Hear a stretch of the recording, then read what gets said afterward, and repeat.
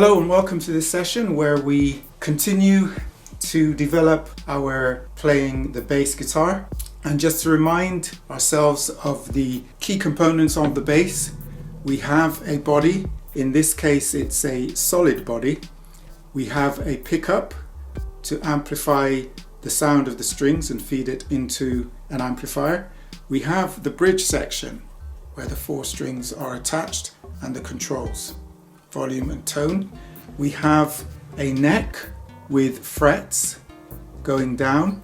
We have a head with tuning pegs, and we have the 4 strings. If we're guitarists, we know that the tuning for the bass strings are the lowest 4 strings on the guitar. So in terms of our acronym, it's elephants and donkeys grow.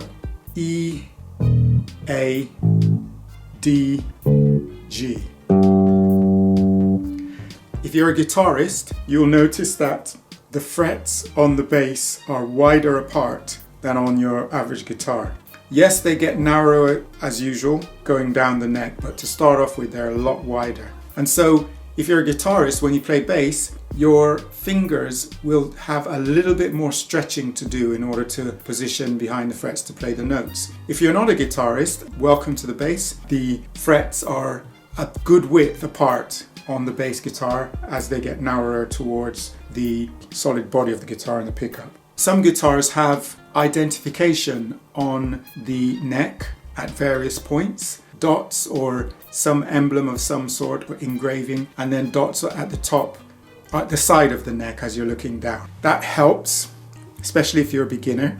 And also, one of the things that we become familiar with is also the slight wider spacing between the strings on the bass guitar in comparison to the guitars. If you're not a guitarist, then fair enough. The bass has an appreciable size of width between the strings on the neck. Now, most basses, most average basses, the neck starts at a certain width and then it gets wider as you go towards the body. This bass doesn't. It stays the same width as you get further down, which is just a design feature. Whoever designed it preferred that method, and the standard ones or the usual ones where it gets wider, again, it's a design issue, preference according to the designers or particular musicians who requested certain things. So those are the basic components with regard to playing the bass. And like the guitar, if you're a guitarist, if not, just take note